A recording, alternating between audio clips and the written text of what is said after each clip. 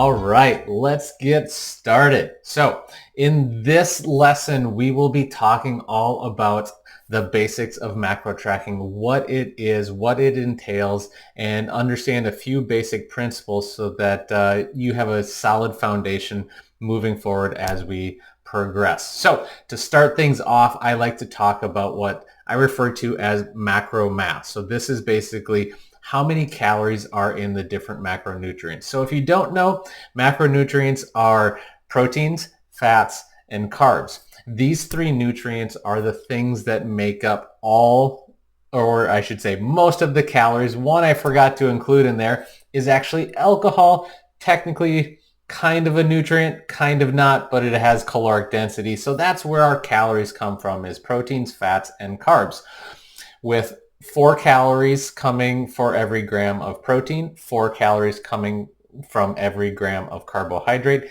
9 calories coming from every gram of fat, and alcohol has 7 calories per gram. So when we consume macronutrients, we're consuming calories. So I always get the feedback from people in our support groups and coaching clients. What should I focus on, macronutrients or calories? And the short answer there is they're pretty much interchangeable, in the sense that if we hit our macronutrients, our calorie numbers should be pretty close. And there's exceptions there, but we don't need to worry about that quite at this point yet.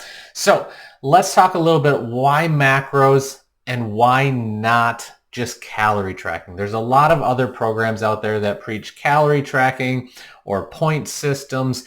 And the difference with macro tracking is, the way I like to explain it is, calories are going to dictate whether or not you lose or gain body tissue. That sounds a little weird, I know, but we can manipulate our weight via water weight. So I like to say body tissue, because if we're in a calorie surplus, we will gain body tissue either in the form of body fat or potentially muscle mass. If we're in a calorie deficit, that will dictate whether or not we lose body fat or lose muscle mass or any type of body tissue. So that's what calories do. It's going to contribute to whether or not we grow or shrink, essentially. Macronutrients will dictate how we lose weight, what kind of tissue we lose, and our energy levels and some of our health markers as we get to those things. So we could go on a low-calorie diet and lose a bunch of weight, but if our macros aren't dialed in, we might be very hungry, we might lose more muscle mass than we would like, and our health might go in a negative direction, even though our weight is going in a more beneficial direction. So this is where macronutrients come in. We focus on protein consumption for maintaining our muscle mass and satiety. We focus on carbohydrate intake to manage our energy levels and also get a lot of key micronutrients in via vegetables and fruits. And fat is there for a lot of health promoting benefit. So we focus on all three of these categories in order to raise all of those things up, rather than just focusing on, I want to lose weight. And that's what calories do when you track that. So here's another thing that comes up oftentimes with beginners.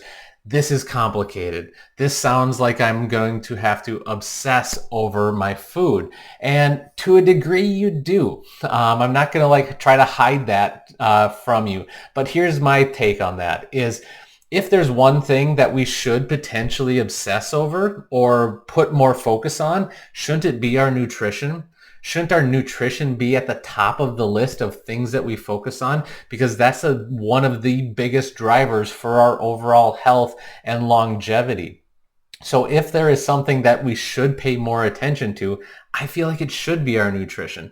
And here's another thing, and I don't say this to shame people or make you feel bad about where you're at potentially with your physical self, but if people knew the right amounts of food to eat, then we wouldn't be in the overweight and obese epidemic that exists worldwide.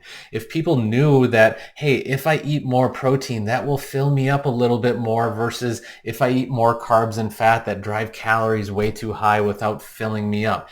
If I understand what foods contribute and are very calorie dense, then I'll be able to mitigate those things while increasing things that, don't fill me up on calories, but maybe fill me up from a satiety standpoint. So that's another thing that tracking really brings about is awareness of our food choices. It brings about that awareness so that we can make smart food decisions. And when we want to have those special foods or treats or whatever you want to call them, that we understand how to mix those things in and not consume way too many calories and all of a sudden kind of slow or stunt our results and continue to make progress. So that's what macro tracking is all about. Stay tuned and we'll have more content here diving a little bit deeper into the process of macro tracking. But for now, hopefully this one helps you understand just some of the basics of macro tracking.